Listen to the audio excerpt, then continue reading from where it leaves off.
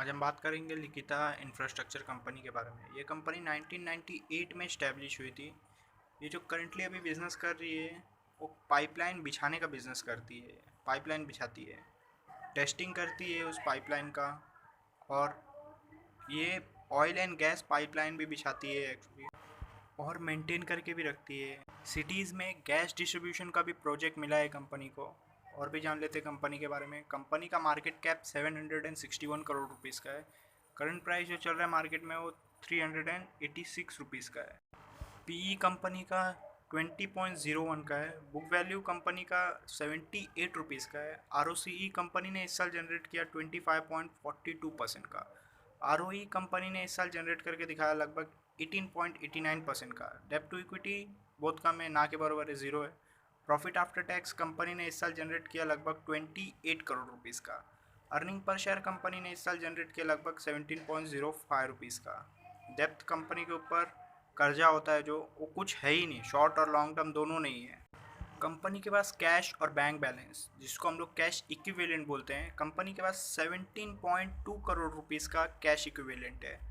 Company ने इसी साल टोटल सेल्स करके दिखाया लगभग 191 करोड़ रुपीज़ का। कंपनी सेल्स बढ़ाते जा रही है अच्छा खासा।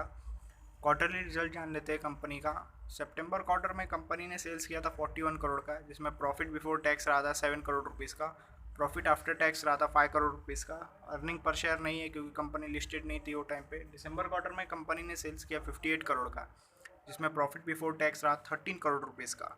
प्रॉफिट आफ्टर टैक्स कंपनी ने जनरेट किया 10 करोड़ रुपीज़ का। अर्निंग पर शेयर कंपनी ने जनरेट किया 4.82 रुपीज़ का।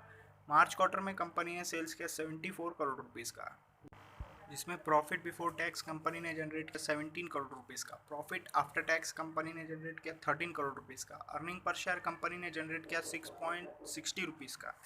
जून क्वार्टर में कंपनी ने सेल्स किया 56 करोड़ का, जिसमें प्रॉफिट बिफोर टैक्स कंपनी ने जनरेट किया लगभग 14 करोड़ का।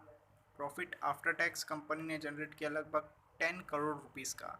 अर्निंग पर शेयर कंपनी ने अच्छा खासा जनरेट किया लगभग 5.15 रुपीज़ का। क्वार्टर दर क्वार्टर कंपनी सेल्स बढ़ाते जा रही है, प्रॉफिट बढ़ाते जा रही है, अर्निंग पर शेयर भी बढ़ाते जा रही है। प्रॉफिट एंड लॉस स्टेटमेंट जान लेते हैं। 2018 में कंपनी ने सेल्स किया था 87 करोड़ का, जिसमें प्रॉफिट बिफोर टैक्स था 11 करोड़ रुपीज़ का। प्रॉफिट आफ्टर टैक्स था 7 करोड़ रुपीज़ का। अर्निंग पर शेयर नहीं है क्योंकि कंपनी लिस्टेड नहीं थी। 2019 में कंपनी ने सेल्स किया 130 करोड़ का, जिसमें प्रॉफिट बिफोर टैक्स रहा 25 करोड़ का। प्रॉफिट आफ्टर टैक्स रहा 18 करोड़ रुपीज़ का। अर्निंग पर शेयर नहीं है क्योंकि वो टाइम पे भी कंपनी लिस्टेड नहीं थी। 2020 में कंपनी ने सेल्स किया 161 करोड़ का, जिसमें प्रॉफिट बिफोर टैक्स रहा 27 करोड़ रुपीज़ का। प्रॉफिट आफ्टर टैक्स कंपनी ने जनरेट किया लगभग 20 करोड़ रुपीज़ का। अर्निंग पर शेयर नहीं है क्योंकि कंपनी लिस्टेड नहीं हुई थी वो टाइम तक। 2021 में कंपनी ने सेल्स किया 131 करोड़ का, जिसमें प्रॉफिट बिफोर टैक्स कंपनी ने जनरेट करके दिखाया लगभग 38 करोड़ रुपीज़ का, जिसमें कंपनी ने प्रॉफिट आफ्टर टैक्स जनरेट करके दिखाया लगभग 28 करोड़ रुपीज़ का। अर्निंग पर शेयर कंपनी ने जनरेट किया 14.70 रुपीज़ का। ये कंपनी इसी साल लिस्टेड हुई है। प्रो जान लेते हैं कंपनी का। कंपनी ने डेप्थ रिड्यूस, कंपनी लगभग डेप्थ फ्री है। कंपनी से एक्सपेक्टेशन है कि आने वाले क्वार्टरली रिजल्ट अच्छा खासा जनरेट करके दिखाएगी।